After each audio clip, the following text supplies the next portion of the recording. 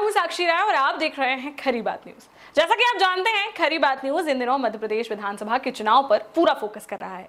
मध्य प्रदेश के विभिन्न जिलों के विधानसभा क्षेत्रों में अब तक राजनीति कहां से चलकर कहां तक पहुंची है और अब आगामी चुनाव के लिए क्या समीकरण है, इसके लिए हमने आप लोगों के लिए एक खास कार्यक्रम तैयार किया है। आइए आपको दिखाते हैं मध्य प्रदेश विधानसभा चुनाव में जंग कुर्सी की।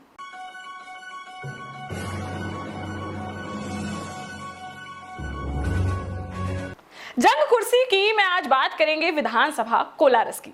मध्य प्रदेश की शिवपुरी जिले की कोलारस विधानसभा में ऐतिहासिक स्मारकों और बुंदेला राजपूतों द्वारा 16वीं शताब्दी में बनाए गए किले के लिए पर्यटकों की नजर हमेशा इस विधानसभा पर रहती है।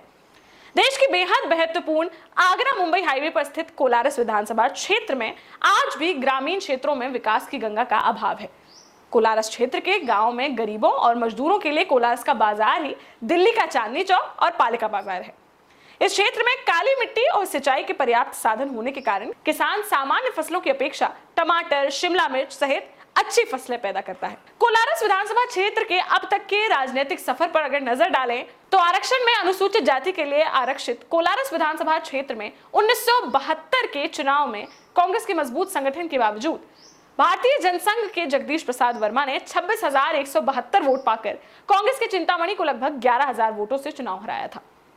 बात करें 1977 की तो जनता लहर में कोलारस में भी जनता पार्टी का झंडा बुलंद हुआ और जनता पार्टी के कामता प्रसाद ने 17,587 वोट पाकर कांग्रेस के तुलाराम को लगभग 10,000 वोटों के बड़े अंतर से पराजित किया था। इस हार का बदला वर्ष 1980 के मध्य अवधि चुनाव में कांग्रेस के पूरन सिंह कन्हैयालाल ने 20,828 वोट पाकर जनता पार्टी के विधायक और भारतीय जनता पार्टी के प्रत्याशी कामता प्रसाद को लगभग 10,000 वोटों के अंतर से हरा कर लिया था। वर्ष 1985 के चुनाव में एक बार फिर कांग्रेस के विधायक पूरन सिंह ने 22,963 वोट पाकर भारतीय जनता पार्टी के हरिराम को लगभग 12,000 वोटों के बड़े अंतर से चुनाव हराया था। उस चुनाव में लोकदल और जनता पार्टी के भी प्रत्याशियों ने चुनाव लड़ा था, जिससे विपक्ष के वोटों में कुछ बिखराव भी हुआ था। भारतीय जनता पार्टी ने अपनी हार से सबक लेते हुए अगले चुनाव के लिए जहां संगठन को मजबूती से तैयार किया था, वहीं उन्होंने खटीक समाज के ओम प्रकाश खटीक को वर्ष 1990 के चुनाव में अपना प्रत्याशी बनाया। कांग्रेस ने अपने वर्तमान विधायक पूरन सिंह को ही टिकट दिया था। चुनाव में भाजपा की मजबूत तैयारी और 2 बार के कांग्रेस विधायक पूरन सिंह के खिलाफ एंटी इनकम्बेंसी की हवा चलने से चुनाव नतीजों में काफी परिवर्तन हुआ और भाजपा के ओम प्रकाश खटीक लगभग 32,000 वोट पाकर कांग्रेस विधायक पूरन सिंह को 19,000 से अधिक मतों के अंतर से चुनाव हराकर कोलारस में पहली बार भारतीय जनता पार्टी का झंडा फहराने में कामयाब हो गए। वर्ष 1992 में उत्तर प्रदेश के अयोध्या में बाबरी मस्जिद विध्वंस के बाद उत्तर प्रदेश की कल्याण सिंह सरकार के साथ ही बर्खास्त हुई मध्य प्रदेश की भाजपा सरकार के बाद वर्ष 1993 में हुए उपचुनाव में भी वर्तमान विधायक ओम प्रकाश खटीक ने 27,000 से अधिक वोटों के साथ कांग्रेस के भगवान लाल जाटव को लगभग 12,000 वोटों से चुनाव हराया। बहुजन समाज पार्टी को भी लगभग 8,000 वोट मिले।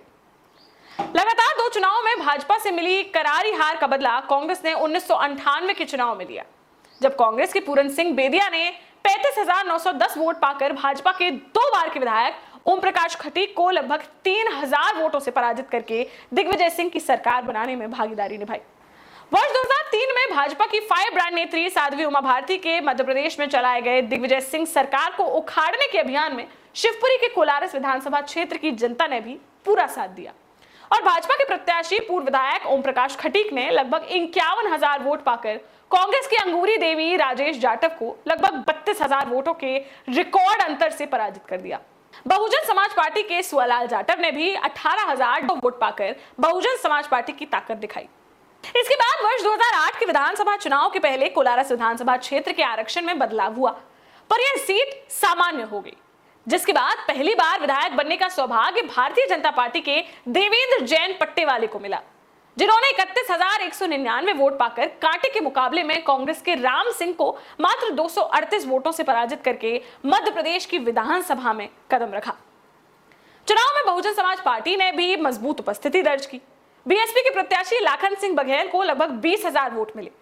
तो वहीं पूर्व मुख्यमंत्री उमा भारती की भारतीय जनशक्ति पार्टी के प्रत्याशी को लगभग 7500 वोट मिले। विधानसभा चुनाव में मामूली वोटों से चुनाव हारने वाले कांग्रेसी नेता राम सिंह यादव ने 5 वर्षों में इस तरह की सक्रियता दिखाई कि वर्ष 2013 के अगले ही चुनाव में उन्होंने कोलारस विधानसभा के इतिहास में पहली बार रिकॉर्ड 73,942 वोट पाकर भाजपा के प्रत्याशी और वर्तमान विधायक देवेंद्र जैन को लगभग 25,000 वोटों के लंबे अंतर से चुनाव हरा दिया।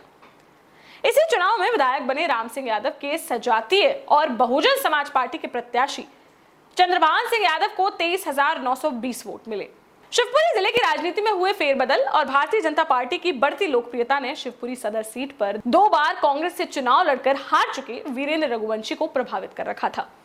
उन्हें लग रहा था कि उनका विधायक बनने का सपना कांग्रेस में रहते पूरा नहीं हो पाएगा। ऐसे में उन्होंने राजनीतिक जोड़ तोड़ बिठाकर भारतीय जनता पार्टी का दामन थाम लिया।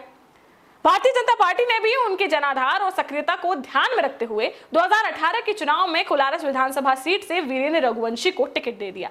उन्होंने कांटे की टक्कर में 72,450 वोट पाकर वर्तमान विधायक राम सिंह यादव के बेटे और तेज तर्रार नेता महेंद्र राम सिंह यादव को मात्र 720 वोटों के अंतर से चुनाव हराया और पहली बार विधायक बनकर मध्य प्रदेश की विधानसभा में कदम रखा।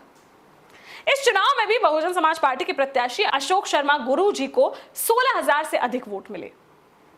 2013 के चुनाव में लंबी लीड लेकर कांग्रेस से विधायक बने राम सिंह यादव और 2018 के पिछले चुनाव में भाजपा के वीरेंद्र रघुवंशी को कड़ी टक्कर देकर मात्र 720 वोटों से चुनाव जीते पूर्व विधायक राम सिंह यादव के बेटे महेंद्र यादव चंबल क्षेत्र की राजनीति में ज्योतिरादित्य सिंधिया के बहुत करीबी माने जाते हैं।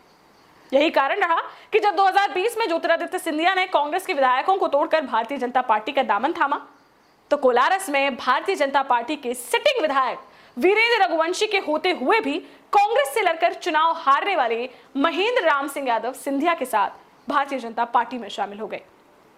उन्हें अपने नेता सिंधिया पर यह भरोसा है कि चाहे जैसे होगा, सिंधिया उन्हें कोलारस विधानसभा क्षेत्र से भारतीय जनता पार्टी का टिकट दिलवा ही देंगे और वह अपने पिता राम सिंह यादव की जीती हुई सीट पर एक बार फिर कब्जा करेंगे। महेंद्र सिंह यादव का यही भरोसा कोलारस के वर्तमान विधायक वीरेंद्र रघुवंशी को परेशानी में डाले हुए है। वह कांग्रेस में रहते हुए भी ज्योतिरादित्य सिंधिया के समर्थक नहीं माने जाते थे, इसलिए उन्हें भरोसा है कि ज्योतिरादित्य सिंधिया किसी भी कीमत पर उनका टिकट कटवाकर अपने समर्थक महेंद्र राम सिंह यादव को टिकट दिलाने की पैरवी करेंगे। 2018 के चुनाव में जीत का मात्र 720 वोटों का कम अंतर भी वीरेंद्र रघुवंशी के लिए परेशानी का सबब बन सकता है। ऐसे में चर्चा यह भी है कि कांग्रेस नेतृत्व से उन्हें टिकट की हरी झंडी मिल जाए तो वीरेंद्र रघुवंशी एक बार फिर अपनी पुरानी पार्टी कांग्रेस का दामन थामकर वहां से प्रत्याशी बन सकते हैं। यदि ऐसा हुआ तो भारतीय जनता पार्टी से सिंधिया समर्थक महेंद्र राम सिंह यादव का टिकट पक्का हो सकता है। वैसे सिंधिया के एक और करीबी पूर्व जिला पंचायत अध्यक्ष बैजनाथ सिंह यादव भी सिंधिया के साथ भाजपा में शामिल हुए थे, लेकिन उन्हें लग रहा था कि उनकी दावेदारी पर महेंद्र राम सिंह यादव की दावेदारी भारी पड़ेगी। ऐसे में समय रहते उन्होंने बीते सप्ताह अपनी समर्थक और बदरवास के आदिवासी जनपद अध्यक्ष व समर्थकों के साथ अपने पुराने घर कांग्रेस में वापसी कर ली है। लेकिन यदि भाजपा विधायक वीरेंद्र रघुवंशी की कांग्रेस में वापसी होती है तो बैजनाथ यादव के टिकट हासिल करने के मंसूबों पर पानी फिर सकता है। भारतीय जनता पार्टी में कोलारस नगर परिषद के 4 बार से अध्यक्ष बनते चले आ रहे सिंधिया समर्थक रविंद्र शिवहरे की भी मजबूत दावेदारी मानी जा रही है। वह कांग्रेस में भी सिंधिया के समर्थक थे और 3 बार से नगर परिषद के अध्यक्ष का चुनाव जीत रहे थे। ज्योतिरादित्य सिंधिया के भाजपा में शामिल होने के समय उन्होंने भी भाजपा की सदस्यता ले ली थी और इस बार के भी नगर पालिका चुनाव में उनकी भतीज बहू भाजपा के टिकट पर नगर परिषद कोलारस की अध्यक्ष चुनी गई हैं। उनकी दावेदारी सिंधिया के बल पर और कोलारस में मजबूत जनाधार के बल पर बताई जा रही है। भाजपा प्रदेश कार्य समिति के सदस्य हरवीर रघुवंशी भी टिकट के लिए मजबूत दावेदारी पेश कर रहे हैं। इन सब के बावजूद पूर्व विधायक राम सिंह यादव के बेटे महेंद्र यादव की दावेदारी सबसे मजबूत मानी जा रही है। वर्तमान में महेंद्र यादव की बेटी नेहा यादव शिवपुरी की जिला पंचायत अध्यक्ष भी चुनी गई हैं। उधर कांग्रेस खेमे में अभी कोई हाई प्रोफाइल वाला मजबूत उम्मीदवार नहीं है। पार्टी ने जिन महेंद्र राम सिंह यादव को 2018 में चुनाव लड़ाया था वह अब सिंधिया के साथ भाजपा में चले गए हैं। ऐसे में अब सैकड़ों गाड़ियों के लाव लश्कर के साथ भोपाल में पूर्व मुख्यमंत्री दिग्विजय सिंह और कमलनाथ से आशीर्वाद लेकर घर वापसी करने वाले बैजनाथ सिंह यादव ही सबसे मजबूत और प्रमुख दावेदार हैं। यह बात अलग है कि अगर वर्तमान भाजपा विधायक वीरेंद्र रघुवंशी ने पाला बदला तो कांग्रेस वीरेंद्र रघुवंशी पर दांव लगा सकती है। अब कोलारस विधानसभा सीट की राजनीति क्या करवट लेती है और क्या तस्वीर सामने आती है, इस पर हमारी भी पूरी नजर रहेगी। आप भी इस संबंध में हमें कमेंट करके और हमें फोन करके अपने यहाँ के राजनीतिक समीकरणों की जानकारी दे सकते हैं। हम उन्हें अपनी अगली खबर में जरूर शामिल करेंगे। इसके अलावा मध्य प्रदेश के किस विधानसभा क्षेत्र का विश्लेषण आप देखना चाहते हैं या किस नेता के राजनीतिक जीवन पर आप खबर देखना चाहते हैं, यह भी हमें कमेंट बॉक्स में कमेंट करके जरूर बताएं। अभी के लिए फिलहाल इतना ही, लेकिन बाकी अन्य सारी खबरों के लिए बने रहिए हमारे साथ। देखते रहिए खरी बात। कैमरामैन नेत्रा पटेल के साथ साक्षी राय। नमस्कार।